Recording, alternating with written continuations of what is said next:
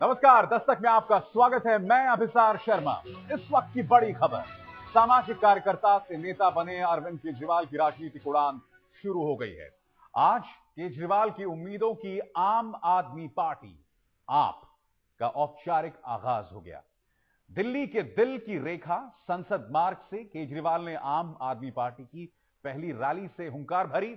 कहा, अब आम आदमी भेजेगा भ्रष्टाचारियों को जेल।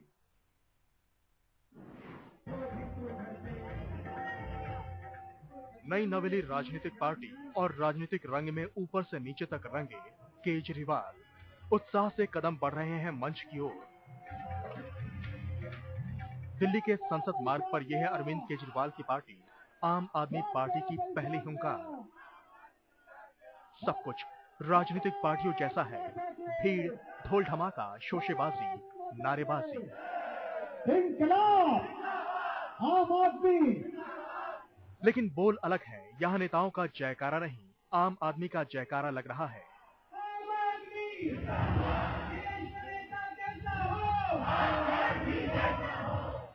फिर जैसा कि हर राजनीतिक पार्टियों के अपने अपने गीत होते हैं, आम आदमी की पार्टी की धुन भी सुनाई दी।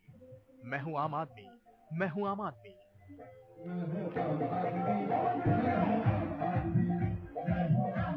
आम आदमी की धुन सुनते हुए सामाजिक कार्यकर्ता से नेता बने अरविंद केजरीवाल के समर्थक जब ओत-प्रोत हो गए, तब मंच से हुंकार सुनाई देने लगी। अब हम इनके सामने और नहीं गिड़गिड़ाएंगे। अब इस देश की आम जनता जाकर संसद में बैठेगी। अब हम इनसे ये नहीं कहेंगे कि जन लोकपाल बिल बनाओ, अब हम ये कहेंगे कि जन लोकपाल बिल हम खुद बनाएंगे। अब हम इनसे ये नहीं कहेंगे कि स्वराज दो, अब हम इनसे ये कहेंगे कि देश के अंदर स्वराज हम खुद लेकर आएंगे।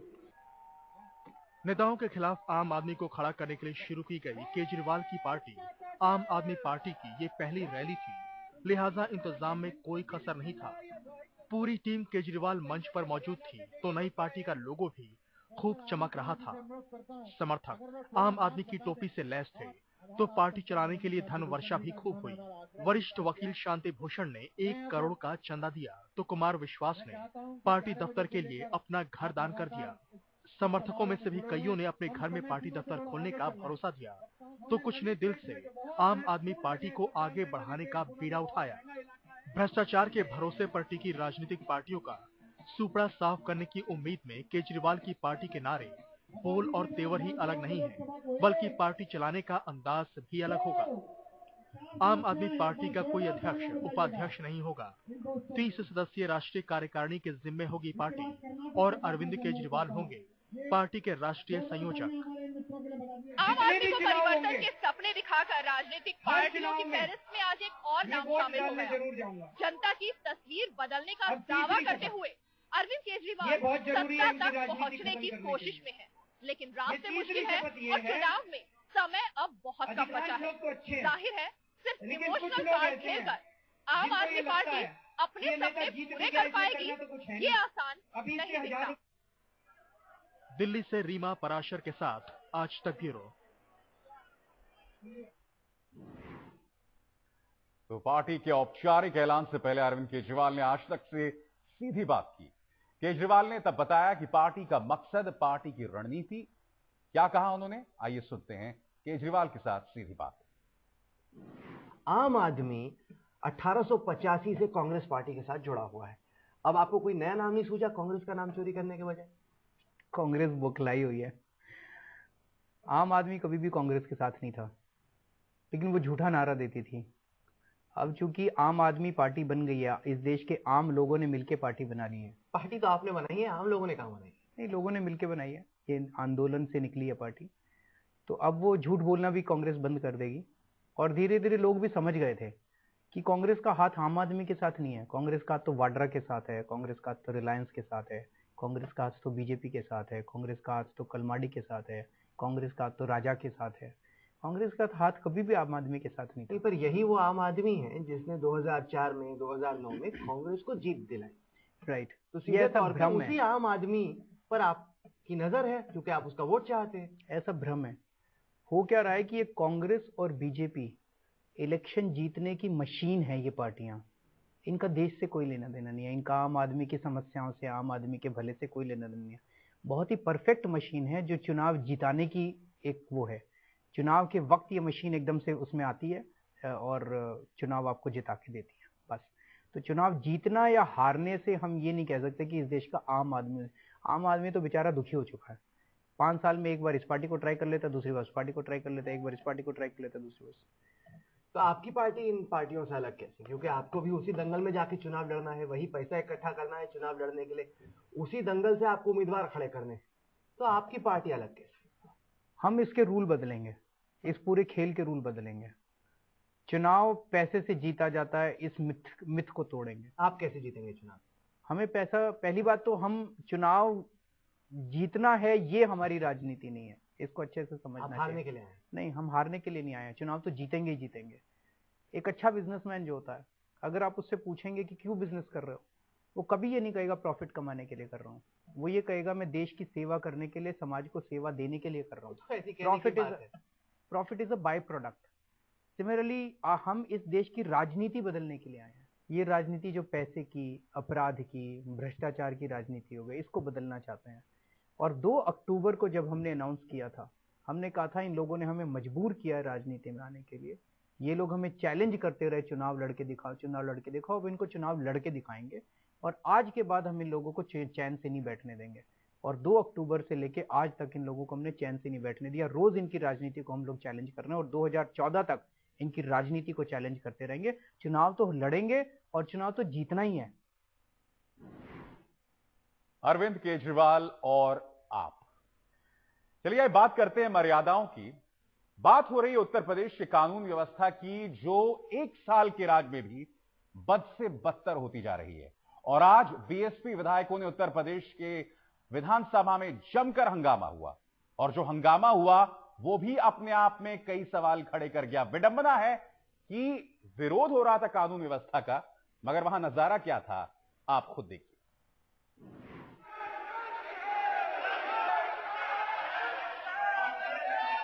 ये देश के सबसे बड़े राज्य उत्तर प्रदेश के विधानसभा है, जहां विपक्षी बहुजन समाज पार्टी ने सत्तारूढ़ समाजवादी पार्टी के खिलाफ जमकर हंगामा काटा। बीएसपी के पतले दुबले छरहरे विधायक मर्यादा को लांघकर मेज पर चढ़ गए, लेकिन ऐसी फुर्ती दिखाने में अक्षम दूसरे नेताओं ने नीचे से ही हाथों में नारों से सजे धजे नीले बैनर को लहराते हुए नारेबाजी शुरू कर दी। मुद्दा था उत्तर प्रदेश में कानून व्यवस्था की बिगड़ती हालत। बीएसपी ने यूपी में राष्ट्रपति शासन की मांग की और राज्यपाल से भी सरकार को बर्खास्त करने की मांग उठाई। उत्तर प्रदेश आज ऐसा लगता है कि अपराध प्रदेश हो गया है। इसके विरोध में आज विधान परिषद में, उच्च सदन में बहुजन समाज पार्टी ने सरकार को घेरने का काम किया है। हंगामा इतना बरपा कि स्पीकर ने दोनों ही सदनों को मंगलवार तक के लिए स्थगित कर दिया। आज जो कुछ हुआ है सदन में, वो सिर्फ इसलिए हुआ है कि अगर कानून व्यवस्था का सवाल रखा जाएगा तो जो जवाब मिलेगा बहुजन समाज पार्टी को, उससे उनके चेहरे से नकाब उतरेगी। हंगामा करने वाली और हंगामा झेलने वाली दोनों पार्टियों ने तो अपनी सफाई पेश कर दी, लेकिन बीजेपी अलग ही राग अलाप रही है। ये उत्तर प्रदेश में नई परंपरा है, अव्यवस्थित रहे सदन, सरकारी काम में कोई बाधा नहीं आती। इसलिए सदन को अव्यवस्थित करना निश्चित रूप से बसपा की और सपा की दोनों की ये एक साजिश है। 23 नवंबर से शुरू हुआ विधानसभा का ये सत्र 30 नवंबर को खत्म हो जाएगा। विपक्ष इस बात से भी नाराज है कि इस बार शीतकालीन सत्र इतने कम दिनों का क्यों है। हालांकि बीएसपी ने अपने पत्ते नहीं खोले हैं, लेकिन उम्मीद यही की जा रही है कि आने वाले दिनों में भी हंगामे का यह दौर जारी रहेगा। कैमरामैन मोहम्मद सलीम के साथ अनूप श्रीवास्तव, लखनऊ, आज तक। और आइए विषय परिवर्तन करते हैं। क्या भारतीय जनता पार्टी को बगावत का डर सता रहा है? क्योंकि राम जेठमलानी को जितना कहना था, जिस पर उन्हें पार्टी से बाहर किया जा सकता था, वो कह चुके हैं, मगर बावजूद उसके पहले उनका निलंबन और अब कारण बताओ नोटिस। बीजेपी किसका इंतजार कर रही है? जाहिर सी बात है कि पार्टी को इस बात का डर है कि अगर उसने सीधे राम जेठमलानी को निकाला तो हो सकता है पार्टी के अंदर एक बगावत की स्थिति पैदा हो जाए। गडकरी की आंख की किरकिरी बने राम जेठमलानी को पार्टी निकाला देने की आखिरी कवायद शुरू हो गई। बीजेपी संसदीय बोर्ड की बैठक जब शुरू हुई तो लग रहा था कि बीजेपी के राम को पार्टी तुरंत 6 साल के वनवास पर भेज देगी। जेठमलानी की बयानबाजी से नाराज पार्टी अध्यक्ष नितिन गडकरी ने उन्हें सस्पेंड तो पहले ही कर दिया था, लेकिन बीजेपी से निकालने का सीधा ऐलान करने की हिम्मत नहीं जुटा पाए। आखिर जेठमलानी ठहरे कानून के जानकार, लिहाजा कार्रवाई करने से पहले बीजेपी नेताओं ने पार्टी के संविधान का सहारा लिया। जेठमलानी को कारण बताओ नोटिस देकर 10 दिनों में जवाब देने को कहा, ताकि वो पार्टी को कोई कानूनी पचड़े में न डाल दे। राज्यसभा के सदस्य श्री राम जेठमलानी को निलंबित करने का निर्णय राष्ट्रीय अध्यक्ष ने लिया था। उसको उचित ठहराते हुए पुष्टि किया और आगे 6 साल के लिए निष्कासन करने के लिए उनको शोकास नोटिस जारी करने का निर्णय लिया। जेठमलानी तब से ही गडकरी को पार्टी अध्यक्ष के पद से हटाने की मांग कर रहे हैं, जब से उन पर भ्रष्टाचार के आरोप लगे। जेठमलानी यही नहीं रुके, सीबीआई डायरेक्टर की नियुक्ति को लेकर पार्टी से अलग रुख दिखाया। भगवान राम पर विवादित बयान पर भी बवाल मचा। बीजेपी के कारण बताओ नोटिस पर भी जेठमलानी ने फिलहाल कोई प्रतिक्रिया नहीं दी। I don't think it is unfair because I might have done something which Yashwant Sinha may not have done. How do you know? Now, please, now, I'm not prepared to answer these questions. I have not. Please, give the show cause notice. कानूनी दांव पेचों और दलीलों से अपनी राजनीति को भी साधने वाले माहिर खिलाड़ी राम जेठमलानी फिलहाल पत्ते खोलने के मूड में नहीं दिखते, लेकिन उनके हाव भाव से साफ जाहिर है कि वो टकराव से पीछे हटने वाले नहीं। मुमकिन है कि बीजेपी के कारण बताओ नोटिस का वो जवाब ना भी दें। राम जेठमलानी ने जो गलती की, पार्टी के 2 और नेताओं ने भी वही गलती दोहराई, लेकिन कसूरवार सिर्फ जेठमलानी ठहराए गए। गडकरी की गड़बड़ी का कच्चा चिट्ठा सामने आने के बाद जसवंत सिंह तो खामोश रहे। यशवंत सिन्हा ने गडकरी पर सवाल तो उठाए, लेकिन पूर्ति की आड़ में पार्टी को आड़े हाथों नहीं लिया। शत्रुघ्न सिन्हा 4 कदम आगे निकल गए। शत्रु ने न सिर्फ गडकरी को कोसा, बल्कि सुषमा स्वराज और अरुण जेटली की लिखी चिट्ठी पर भी सवाल खड़े कर दिए। बावजूद इसके बीजेपी के आला नेताओं से बेहतर रिश्तों की वजह से शत्रुघ्न को जीवनदान मिल गया।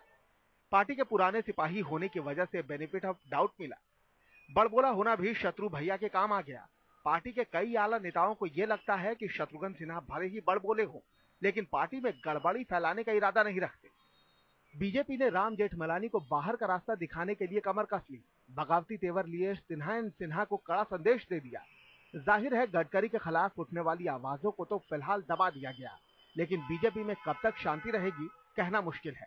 जेठमलानी जाने माने वकील हैं, इसलिए पार्टी ने उन्हें निकालने के लिए संवैधानिक प्रक्रिया का सहारा लिया, लेकिन जिन्हें संदेश देना था उन्हें दे दिया। संदेश ये कि अध्यक्ष का जो होना है सो होगा, लेकिन अगर पार्टी की नीति और विचारधारा के खिलाफ चले तो अंजाम बुरा होगा।